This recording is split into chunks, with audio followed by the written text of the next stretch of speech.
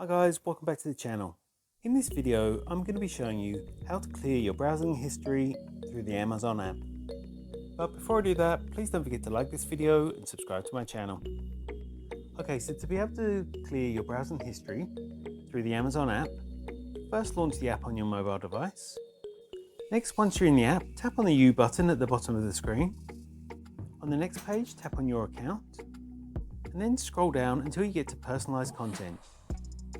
Tap on your recently viewed items, and here you have the option to remove from view under all of the different items that you've viewed recently.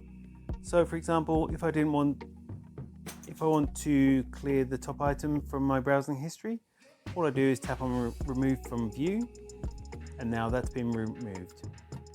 If you want to do all items all at once, tap on manage history, and then there's a button there that says remove all items from view. So tap on that one and it's going to clear your browsing history.